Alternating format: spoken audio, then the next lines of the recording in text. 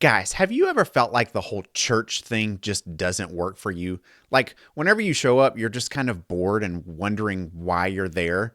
Well, it might be that the story you're being told isn't the real story that you're meant to be a part of. You've probably heard some version of you need Jesus so that you can be forgiven of your sins and you'll be able to go to heaven when you die. Now, that's good, but that's not actually the story that the Bible is telling. You might find that the story that Scripture is all about is far more compelling. And as a man, it's a story that you're going to want to be a part of. Let's talk about that today on the Manhood Tribes Show.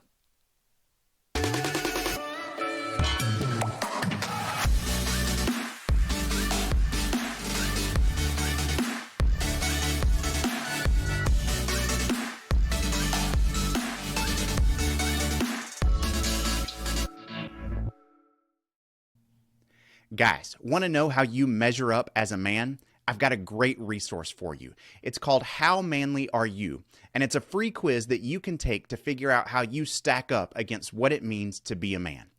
And when you take the quiz, you'll also get some free resources to help you figure out how you can get better as a man in the areas where you would like to grow. So go to manhoodtribes.com/manly to download your free How Manly Are You quiz today. That's manhoodtribes.com/manly. All right, guys, welcome back to the Manhood Tribes Show. My name is Don. It is really good to be with you again. Today, we are actually starting into a brand new series. And this series is really all about faith. Now, as I say that, I want to be really careful that that's what I'm saying because probably for a number of you guys, that's an immediate turnoff. But what I want to say here is that on the Manhood Tribe Show, what I try to do is I want to really try to solve some big problems for you guys.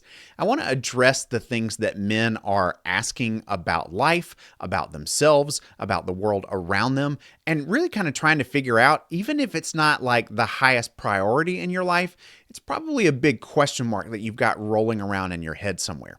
And so when I say that this series is going to be about faith, I want it to be about faith in the way that you maybe haven't thought about so much.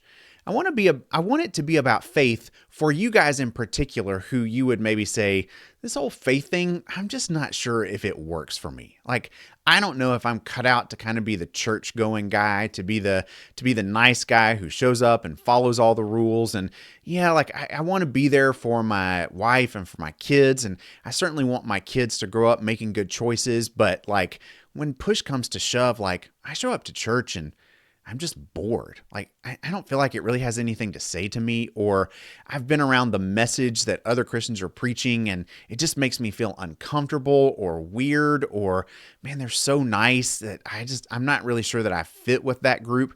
You might even just kind of feel like, as a man, like I just don't see a lot of other men around these kind of church and faith circles. Like, I don't know that like the kind of man that I am really belongs there or fits in with what's going on in that kind of church environment. And I just want to say to you, like, I get it. I understand. I think as someone who has been around church my whole life and has even worked as a pastor for a number of years, I really understand. Church isn't always the most welcoming place for men. It's not really designed for the way that we think, the way that we function, the way that we relate to each other, or even for the things that excite us and that we tend to get passionate about. The way that church is really wired today is that it's predominantly geared towards women. And so because of that, it's no surprise that we men might have a hard time fitting in that environment. But that doesn't mean that the big idea of what church, of what faith, of what God is really supposed to be about doesn't include us as men. In fact, what I want to try to do in this series is talk about the ways in which I think we men are actually meant to play a pivotal and central role in this whole idea of faith and church and what all of that is meant to look like in our world. So I want to just say, give this a shot. Maybe you've been around faith and church for a while and you're kind of like bored or done, or you don't really know like if you buy into it fully or not. And I want to say this is for you. So let's kind of explore it together. What I want to try to do is say, what would it look like to develop a masculine faith in God? What would a masculine faith in God even look like? Is that a word that we should even apply to faith?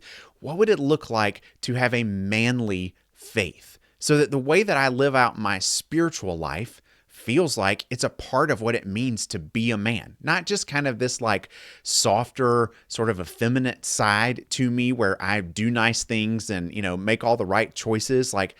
There's far more to it than that. But what would it mean for us as men to really have a masculine faith? I think there's three things that I want to try to cover in this series, and we're going to look at them from a whole bunch of different angles. But I think for us as men to have a faith that really resonates with who we are as men, there's three things that are needed. One, it needs to be epic. And when I say epic, I mean it needs to be a big story. It needs to be something that feels like it involves all of our life and it is sweeping us up into a grand mission and a grand story. When guys think about the movies that they love, they are epic stories. When you think about things like Gladiator or the Lord of the Rings stories or the whole Marvel franchise, right? All of it is epic. It's telling these big, grand stories, and there are key parts for heroes to play. Men want to be able to contribute to an epic story, and so we need our faith to be built on an epic story. We also need our faith to be purposeful. Men are built for action. And so when we think about what a masculine faith looks like, it should have purpose behind it. We men should have a role to play. We should have a part to contribute. We need to have a purpose in the faith story that we are living out. If we don't, then we're just kind of sitting around on the sidelines, sort of twiddling our thumbs, and that doesn't feel masculine at all. So if faith is going to be something that relates to us as men, we need to understand it as being purposeful. We need to have a purpose. We need to have a role to play. And then third, it also needs to be resilient. And what I mean by that is not that just that you need to be resilient, that we as men need to be resilient, although that's true as well, but our faith needs to be resilient. And that means that in the midst of the really hard things in life, when our faith gets challenged by the toughest, most difficult, most painful things in our life's journeys, that it can hold up. It can actually take some punches. It can get knocked down and get back up again. Our faith needs to be resilient. It needs to be able to encounter all that life can throw at it and still hold strong. So we want to try to figure out, what does it look like then to take the faith that we've been exposed to and figure out how can we live it out in a way that's masculine, that's epic, that's purposeful, that's resilient. So we want to try to do all of those things in this series. But the way that we're going to do it is look at what I'm going to say are basically 6 big categories that are going to help us kind of re-examine, especially the Christian faith as most of us have been presented it in American modern culture. Okay, so as we think about the Christian faith, there's kind of 6 big areas I want to cover in this series. And the first area is just the story of our faith. The story of our faith. Most of us in America, or in the West in general, have been presented with a version of that story as simply something that goes like this. God created the world. There was some kind of fall, sin, like Adam and Eve. They made some bad choices. And so because of that, Jesus had to come and rescue all of humanity. He died on a cross to forgive our sins. And if we'll put our trust in him, we can go to heaven when we die. And that's kind of the whole story that we've been presented with. And there's some nice things about that. There's some really good things about that. But it's not epic. It's not really a big story. I mean, I just told it in less than 10 seconds. It's not purposeful. All that we have to do is just trust Jesus. And then what is there left to do? We just sort of sit around and wait until we die and go to heaven. And what do we do in heaven? Where is the purpose for us in that? There's no role for men to play in that story. And it's also not resilient. Many of you who are watching have probably come up against some really hard places in your life and found that yeah, great, Jesus forgives me of my sins, but what's he going to do about all this hard crap that I'm facing? That story doesn't hold up very well. It doesn't give you something to anchor onto to be able to say, yeah, I can weather these storms because of my faith. So we need to do a little better than that. And today I want to try to tell you the story of your faith, if you're a Christian, or the story of God and humanity from the Christian perspective for those of you who aren't, so that you might be able to give another look at what it means to follow the God of the Christian scriptures. What does it mean to understand that whole story and to be able to find yourself in it? Okay? Now, I could spend hours trying to tell that story, and clearly we don't have that kind of time here on the podcast. So this is going to be a really condensed version of that story, but I want to try to present it to you in a way that you maybe haven't really heard told to you before. So let's jump into that. The story of God and humanity begins, as it goes, in the beginning. God created the heavens and the earth. But before God created the heavens and the earth, there was this whole realm that was filled with other beings. God didn't create humans first.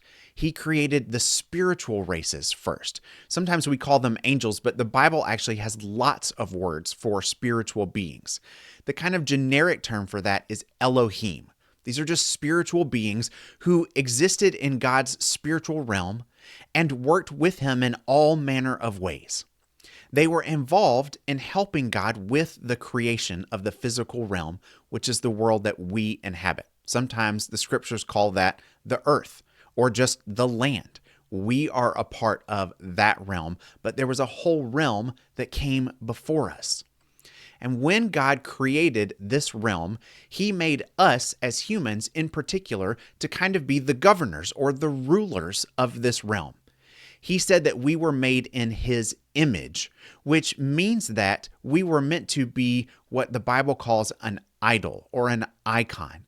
We were meant to represent God in this realm and to extend his will and his way of doing things into this realm. And so you hear right off the bat, we have a big part to play. We have a purpose in this realm. God has meant all along for mankind to rule over the physical realm and to bring into it the order of the way that God does things. He wants this realm to exist the way that he would have it done, but he doesn't just make that happen by, waving a magic wand at it. He does that by putting his image into this realm and saying, go and make that happen. That is our job. Our job is to rule and to govern this realm the way that God would want it ruled and governed. We have a big part to play. But not long after we were created, some things kind of go sideways. One or maybe even many of those spiritual beings began to have different thoughts about how things should be ruled and governed in the spiritual realm as well as in the physical realm where we were governing.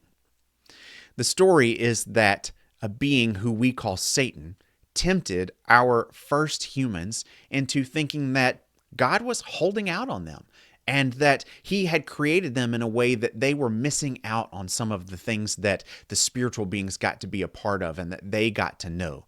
And that if we would just do the one thing that God said not to do, it would actually open our eyes and allow us to be like these other spiritual beings and even like God himself. But in doing so, it actually broke us. So instead of giving us all of the insight and the knowledge and the power that we hoped to gain, it actually separated us in our relationship with God.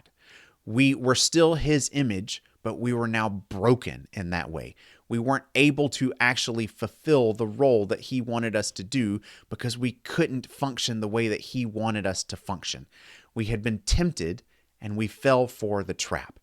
And in doing so, that physical realm became not just ours to govern anymore, but these rogue spiritual beings started to have a say in how the realm got governed. And that was never their role to play. That was ours. But because of our mistake, it invited their role in making things happen differently here in the physical realm. Things went from bad to worse really fast in the early years and centuries of humanity. God tried to correct things by causing a flood and wiping out a significant part of the population. That part of the population was actually something that had gone horribly wrong. The scriptures tell us that some of those spiritual beings actually came and mated with human beings. And in producing offspring, they created a race of giants that the scriptures call the Nephilim. These things were never meant to exist. They were a mixing of the spiritual and the physical realms that God never intended to happen. And so he caused a flood to help wipe them out and say, we need to start again with humans governing the way that they are meant to. But even in starting again, we didn't make the choices that we were supposed to make. Things continued to get worse and worse, and war and violence and injustice and horrible immorality began to take control over the way that the world was governed. And eventually we came to a place where we decided we would build a tower and try to rise to the heavens and actually bring God down to us, to say that we no longer needed to function the way that God had intended us to function, but that we could actually decide what ruling this realm looked like for ourselves. But God, the God of the Bible, he is named Yahweh in scriptures. And Yahweh, who is the Elohim of Elohim, the single and highest of all spiritual beings, the one who had created everything, said, it's not going to go that way. And he caused things to be disrupted. He changed our languages and he separated us from one another. And in doing that, he actually handed all of humanity over to these other rogue spiritual beings. He just decided, hey, if you're going to live this way, I'm not going to try to stop you. But I am going to continue my plan of having humanity be the rulers and the governors of this world, and to do it in the way that it should be done according to Yahweh's kingdom. But in order for that to happen, Yahweh was going to have to do something different. And so he did. He handed over all of the nations or all of the people groups to these rogue spiritual beings. And so that they began to worship other false gods. They treated these spiritual beings as deities and became subject to them. But what God did was something totally different. He decided he would start a new nation that would be his own nation and would function the way that he intended humanity to function all along. So he called out one human being from amongst all of these corrupt nations, and from that one man said, I am going to make a new nation. Now that man's name was Abram, or who we know as Abraham. It was from Abraham that God decided he would create a new nation, even giving to Abraham and his wife Sarah a son in very old age, who they named Isaac. Isaac then had a son named Jacob, and Jacob had 12 sons who became the tribes of Israel. Israel was God's chosen nation, and it was from the people of Israel that God had decided he would establish his rule and his kingdom through them. Israel was sent into an era where they were enslaved by the nation of Egypt. But God, in very powerful and dramatic fashion, delivered his people out of Egypt through the story of Moses. He raised up Moses to be a deliverer for his people and rescued them out of slavery. You know many of the stories probably about the 10 plagues and the 10 commandments and all of that. All of that was God's way of rescuing his people, his new nation, and saying, you will be my people and I will be your God. Yahweh gives his new people a set of teachings that we sometimes call the law, but the scriptures actually call the Torah. It just means teachings, literally is what it means. And he gave them these teachings as a way of being able to say, here is how you will live out what it looks like to be a nation who is dedicated to me. Now, it's really important to understand that these laws weren't about earning Yahweh's favor. The people of Israel already had Yahweh's favor. He was their nation. He had established a covenant with Abraham, and then again with Moses through the giving of the Torah, to be able to say, you are my people and I am your God, and that is not going to change. So they were never not in God's favor, but in keeping the teachings of the Torah, they were able to demonstrate what God's kingdom life was really meant to look like. And in doing that, they continued to receive his blessings. But at times, when they tended to live like other nations and to try to do things in ways that weren't consistent with God's kingdom, they received curses for that, because God wanted them to be a people who would show the rest of the world what it looked like to live in his kingdom. They were meant to be a light to the rest of the nations. They were a special nation, but they were meant to show every nation what it looked like to live in God's kingdom and to be a part of Yahweh's life. This is what we are always meant to do as God's image. We are meant to show the world what it looks like to live in his kingdom and to follow him the way that he has always intended. Israel moved into a promised land and tried in many places to live out of God's laws and teachings, but they failed many, many times at being able to do that. They failed so miserably, in fact, that God had to send people to rescue them out of their periods of devastation and destruction and rebellion and all the things that they were causing to go wrong. These people were called judges. But after an era of the judges, the people of Israel had finally just kind of said, we don't want this pattern to continue anymore. We, in fact, want a king. We want a king so that we can be like all the other nations. Now, God said, I have chosen to be your king. You aren't meant to be like all of the other nations. But because this is what you want, I will give it to you. And he did. He established Israel as a kingdom with a king. And those kings started out okay. In fact, the second king of Israel, David, is probably one of the most famous figures in all of history. He ruled Israel well, and he showed them what it looked like to follow after the heart of Yahweh. But David wasn't perfect. He made some pretty big mistakes himself. And his son Solomon came to rule, but Solomon adopted a lot of the practices of foreign nations, including marrying other foreign wives and bringing the worship of their foreign deities into the land of Israel. And after Solomon, the kingdom of Israel actually split into two kingdoms called Israel and Judah. And over the course of their years, Israel and Judah spiraled further and further downward and further away from following the teachings of Yahweh. Both kingdoms were eventually destroyed. Israel was completely destroyed by the kingdom of Assyria. And then later on, the kingdom of Judah was destroyed by the kingdom of Babylon. And actually, many of those people from the kingdom of Judah were sent into exile in Babylon. But before that happened, the presence of God, who had dwelt with his people from an incredible building called the temple, actually his presence left the temple. He abandoned his people in the sense of saying, I will no longer be physically present with you. Even though you are my people, my presence is not going to be with you in this way anymore. And the people were sent into exile, although the prophets had foretold that they would come back. And they did. They returned to the land of Israel about 70 years after their exile, just as the prophets had foretold. But then for many years, the presence of God was not physically with his people in the land of Israel. It was many centuries later that a young Jewish boy was born in the town of Bethlehem. And his name, as many of you know, was Jesus. Jesus was born as an insignificant little Jewish boy in an insignificant town to insignificant parents. But he wasn't just an insignificant young man.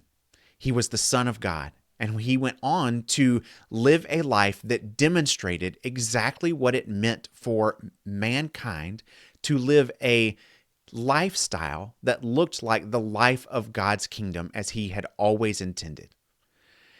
Jesus did things that no one had seen before and that no one understood. He was famous for his miracles, for healing the sick, and even raising the dead. But he was also known for his kindness and his compassion, for the way that he served the poor and paid attention to people that no one else in that culture paid attention to, even the religious leaders.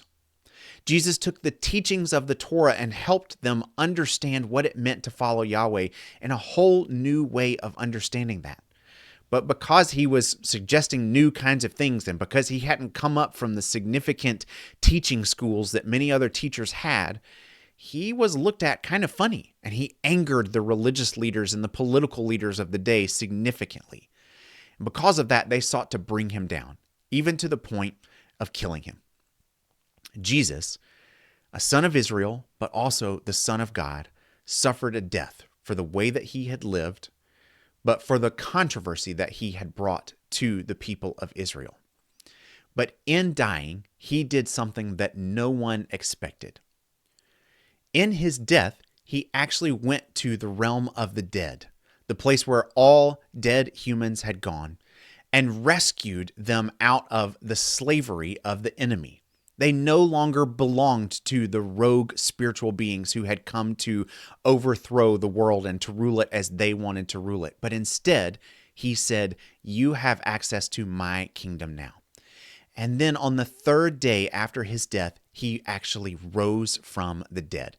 He conquered death, he defeated sin, and he overthrew the rogue spiritual powers who were enslaving humanity to their causes. And because of Jesus, something entirely new happened. God's kingdom was now available on the earth to all people. It was no longer just something that was true of Israel, but anyone from any nation could now be called part of the people of God if they would put their trust and their allegiance into Jesus as their king. Jesus had risen from the dead, and he spent several weeks among his followers teaching them what all of this had been about and how they were meant to carry that message and that mission to the whole world, that everyone was meant to have the opportunity to be able to give their allegiance to King Jesus and to live a life in his kingdom, understanding what it meant to follow Yahweh. As Yahweh had meant to do all along, his people were now a light to the world so that everyone would have an opportunity to be a part of his nation. This was what he intended from the very beginning when he had said that we would be the rulers of the earth. But now he has gone about it in a way that no one expected. He is rescuing us out of the kingdom of darkness, out of the slavery of these rogue spiritual beings, and into the kingdom of light, into the kingdom of Jesus, so that we might be able to live the life that we were always meant to live, to have the purpose that we were always meant to have, and to be invited into a much bigger story than just toil and slavery and death. Jesus did all of that for us. And all that is asked of us in order to be able to experience that is that we give our allegiance to Jesus. The scriptures say that if we confess with our mouths that Jesus is Lord and believe in our hearts that he is raised from the dead, then we will be saved. So all that you have to do is confess. Confess that Jesus is Lord. Now, that might sound like a very simple thing, but confessing that Jesus is Lord means that you're recognizing he is king not only over the whole world, but over your life in particular. It means that you are surrendering your life to him, everything about you. Everything about the way that you live, about the choices that you make, about the way that you relate to others, about how you spend your time, about how you spend your money, about what you eat, about what you wear, everything.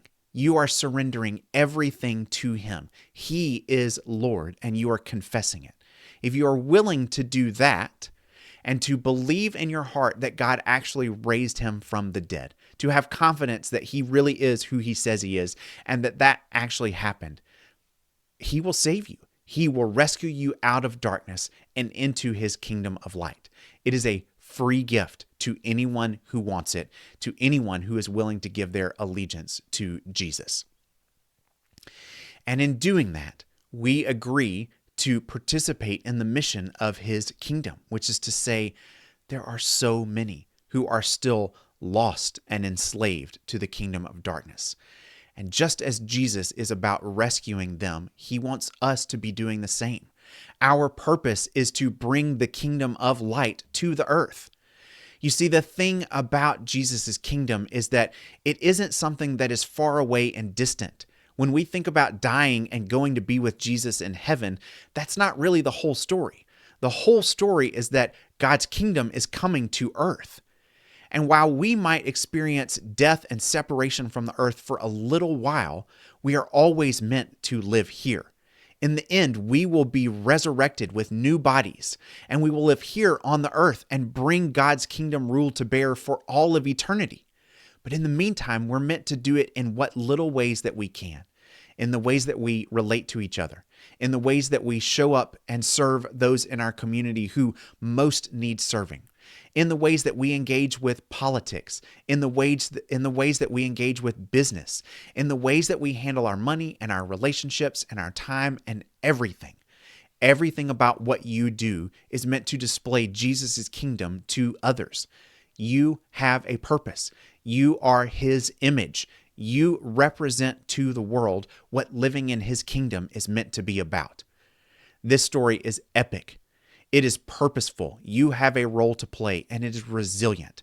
It holds up to the biggest and the grandest stories of all time because it is the story of Yahweh, our God, and humanity who he has created. It is the story that we are all meant to be a part of. And so I want to call you up into that story. I want to say to you, men, you have a role to play. You have a purpose. This is a giant story. It is not just about being a good boy until you die so that you can go, sing some songs in heaven for the rest of forever. That's boring. That's a story that nobody wants to be a part of. But it's not the story of the Bible. The story of the Bible is so much bigger and so much grander and so much better than that. And you have a part to play in it. You are Yahweh's image. You are a part of Jesus' kingdom, and you are meant to bring that kingdom here on the earth in any way and in every way that you possibly can. That is your role, men. That is a role that we as brothers need to take up, and that's what I'm challenging you to do. Pick up your sword in whatever way that is meaningful to you. You have a role to play, and as a member of God's kingdom, you need to be advancing what he is all about. Now, we're going to continue to talk more about what all of that means and how you might live out that role and understand what your role looks like at the present time and in this world today. But for now, what I want you to know is that it is possible to have a masculine faith. It is possible to be a man who loves God and enjoys doing that, enjoys living out his faith in the world because you are so confident that you have a purpose and you have a role, and the story that you're living in is big and epic and grand, and your faith can withstand the hardest things that life can throw at you. It's all worth it, and it's all far better than you probably have been taught. We're going to continue to unpack that, but for now, I just want you to know much more is possible than what you've been exposed to. I hope you've caught a glimpse of how wonderful a masculine faith can actually be, and I look forward to continue to unpack that with you in the rest of this series.